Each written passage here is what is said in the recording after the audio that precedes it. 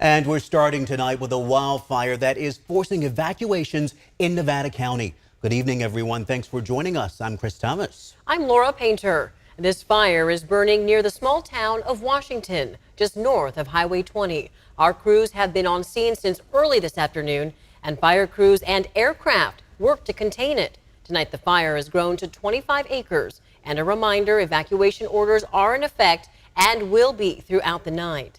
ABC 10's Luke Clary is live at an evacuation center in Nevada City tonight. Luke, can you tell us how many people were impacted by these evacuation orders?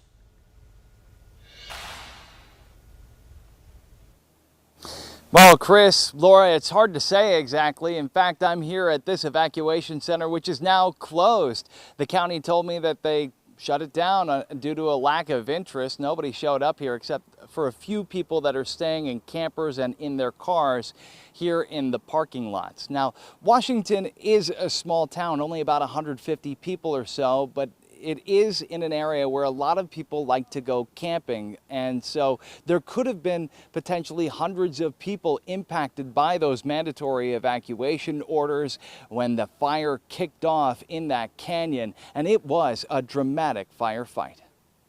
Large air tankers dropping payload after payload of that hot pink fire retardant. The fire burning in remote and rugged Nevada County, calling for an attack from the sky. The terrain is very steep, a lot of snags, previous fire history in here, and of course the rocks. The U.S. Forest Service says the cause of the highway fire remains under investigation, but there have been many new fire starts in the area thanks to a line of thunderstorms. The weather's been crazy, the thunder, the lightning, the rain, the wind, now this. It's been one of the craziest weeks I've ever experienced. Catherine Chesser's campground was evacuated along with most of the small town of Washington. We grabbed the dogs, the kids, and our purses and wallets and got in the car and drove out. So here we've been waiting. I had eyes on it.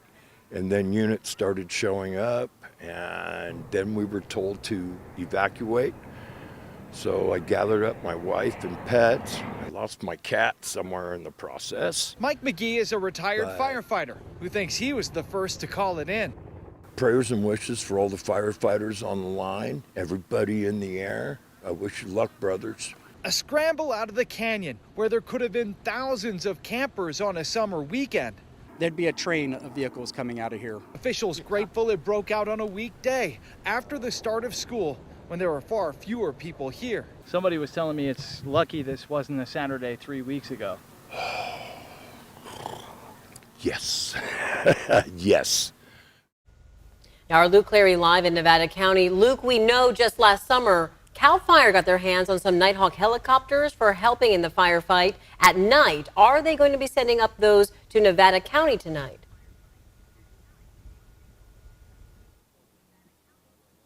Yeah, no Nighthawks on this incident tonight, but CAL FIRE does have this. Check this out. It's a drone that's equipped with an infrared camera, and they use this to monitor the fire for movement, catch hot spots flaring up, and just keep eyes on it through the night. Authorities say that there aren't any structures in harm's way and that they have hand crews and engines in position. And as you take it back out to me live right now, I'm not sure if the camera is picking this up, but there is a very light drizzle coming down. That's also good for the firefight. And so crews tell me that they're pretty confident with where they stand. They will be here through the night and into tomorrow. Chris, Laura. Good to hear Mother Nature is helping. Our Luke Clary live in Nevada City tonight. Luke, thank you.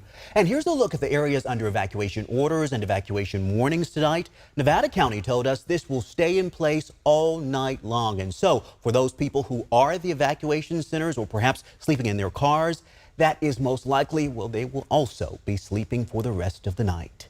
Keep in mind, there are more wildfire evacuations here in California as well. The head fire in Siskiyou County is forcing people out of their homes. The fire is burning near the confluence of the Klamath River and the Scott River. The evacuations are in the area of Wairika. You can find more information on our website, abc10.com. So, Carly, we heard him say they had a light drizzle going there. How are conditions for firefighters tonight? Yeah, we've been tracking all the humidity, thunderstorms this afternoon. A lot of those thunderstorms did, in fact, start quite a bit of fires further north as well. But what we have been tracking here is a lot of moisture that's been really moving in from the desert southwest, along with a low pressure system sitting off the coast of California, circulating all of this moisture. We are currently tracking some areas of showers that are falling lightly at times and a few sprinkles, even moving to areas of Sacramento. Check this out as it starts moving in right there. We can see it as of this evening. We will expect to see some areas of thunderstorm chances once again tomorrow afternoon, and that heat is still on. Triple-digit temperatures expected still for one more day. Not quite as hot today as we got to about 105 to 107 degrees today. Tomorrow we are looking at temperatures closer to 100 degrees with the heat advisory in effect from Reading down in toward Bakersfield. Current humidity levels way up as we're looking at 50 to 60% humidity. Still a little dry for the foothills, but we are also tracking wildfire smoke. Fires burning near areas of Oregon and California. We will see some of that smoke moving further south this evening and into the early morning hours. Hopefully expect to see a little bit of clearing by tomorrow afternoon.